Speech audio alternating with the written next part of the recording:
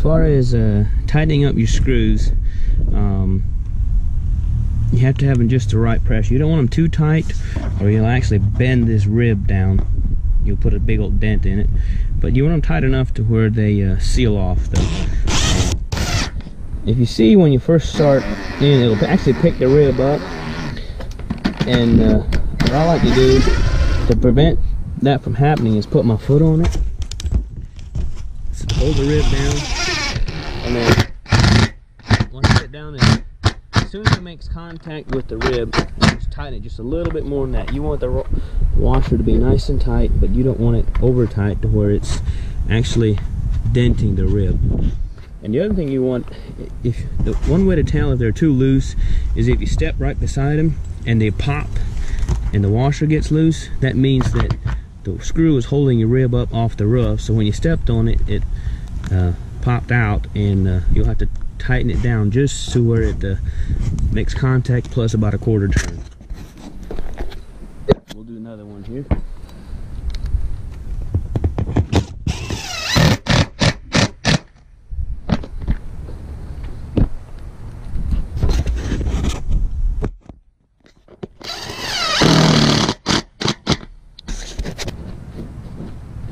And here, when you come to your lap rib here, the rib that's sitting on top of the other one, and it's very important to push this one down flat and make sure it's sitting flat on top of this rib when you put the screw in, because if not, it'll sit cockeyed on top of your rib and you'll see it.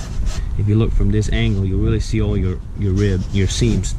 So to do that, I'll take my foot and I'll just set it, make sure it's setting down tight and it's making good contact with the roof.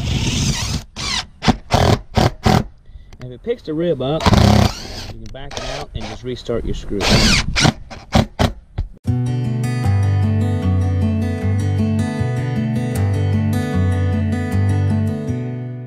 When measuring your metal for the valley here, remember we snapped this line at 1.5 inches up.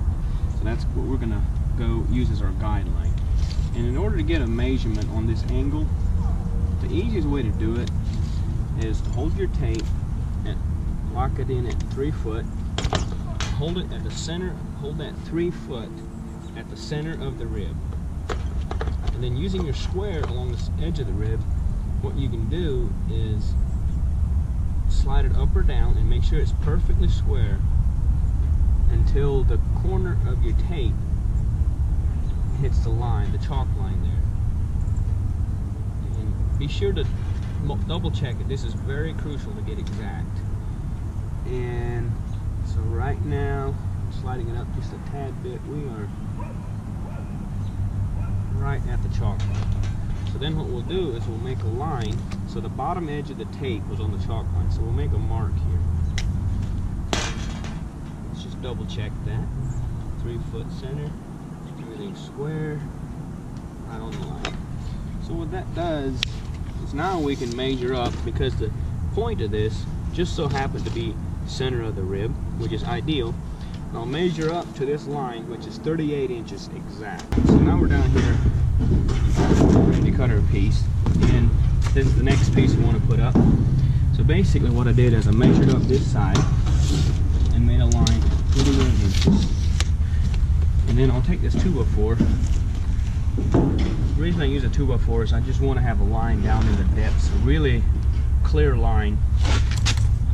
It just works better than a chalk line. And I want to go center of the rib, where this bottom and this meat should be right at the center of the rib. Hold it on there, and I want that to meet that line at 38 inches. And I'll just trace me a line along the 2x4.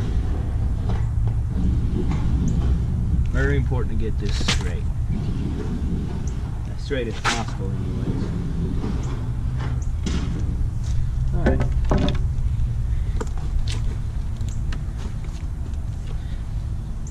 Get out my old trusty pair of snips and cut it.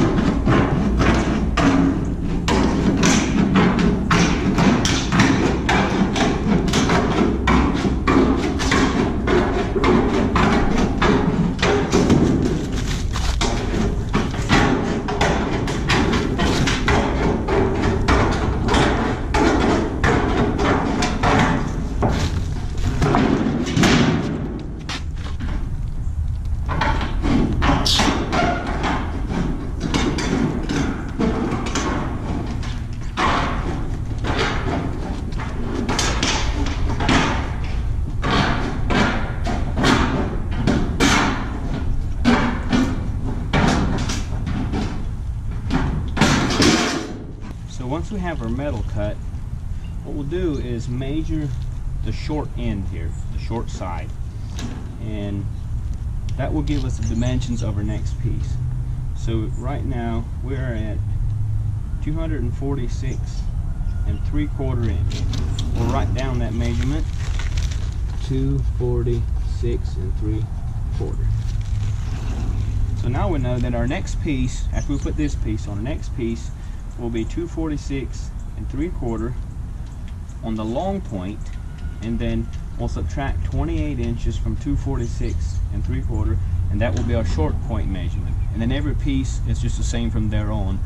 You should never have to remeasure the pieces as long as everything's running straight with your chalk line. A little trick to getting the dimensions right as far as the long point to the short point is when you start on your next piece, we know the long point measurement is 131 3/8 here, and we know we want that point 38 3/8 inch shorter. So in order to get that without writing it down and calculating it, we'll hold the tape measure at 38 3/8 right here, because this edge is square along the bottom. So we'll hold it 38 3/8 and measure up to our line here, and it comes out to 63 inches. So by doing that, we'll just come over on this side and we'll measure up 63 inches. Now we know that our angle is correct. We're 38 3/8 inch shorter on this side. Once you get your first piece on, if it is off a little bit, you can always adjust for that, and the next piece is going up through there. This looks like it's about an 1/8 inch off. So instead of going 28, I need to go 28 1/8, which will basically, by lengthening the measurement I measure up, it will basically shorten that side.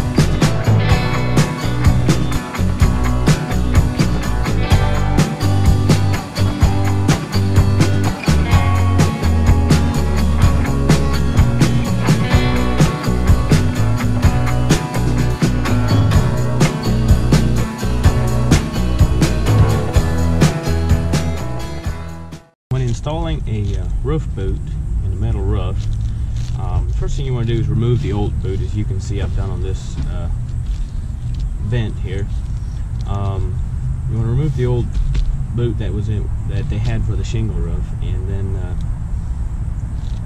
the next step is to, when you come across the roof with your metal, when you get to it and you're ready to cut out your hole, you can measure for it in a couple different ways, but one of the easiest ways is to use a square and see where you want to stay back about an inch or a half inch away from it. You don't want the metal tight on your boot. You want to stay back a little bit. So this is close enough where I can just use my speed square and just square across and basically draw lines along the last rib of the sheet that I've laid down here. And the reason I want to transfer to this is so I can just run my tape measure down the roof and get my measurement off of that. Measure up to this line and to the next line, which gives me the distance here. And then I'll measure across, and I'll measure from the center of the rib, center of the last rib, up to the boot.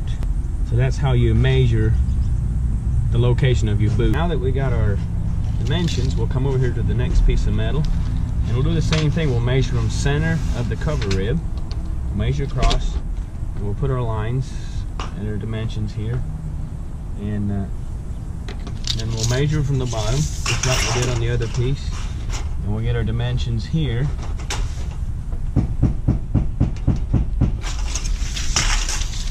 And then we'll roughly draw a circle here where you don't have to be really exact. We're just trying to get a hole for the pipe to fit through. The boot will cover quite a bit, so.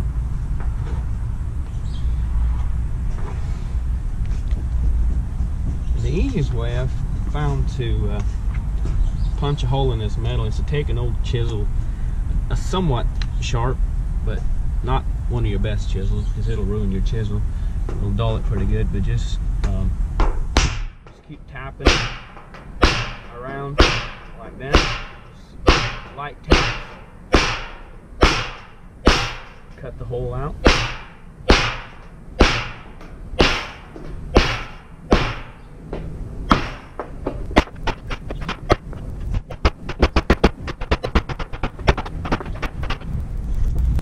And once you get a good size of it cut, you can actually take your metal snips at that point, and be very careful because this is really, really sharp.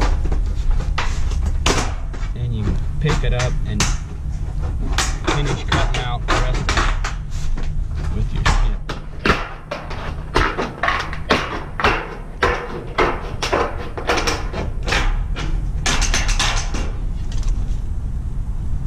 And also trim out any excess maybe, or try to round the hole out the best you can.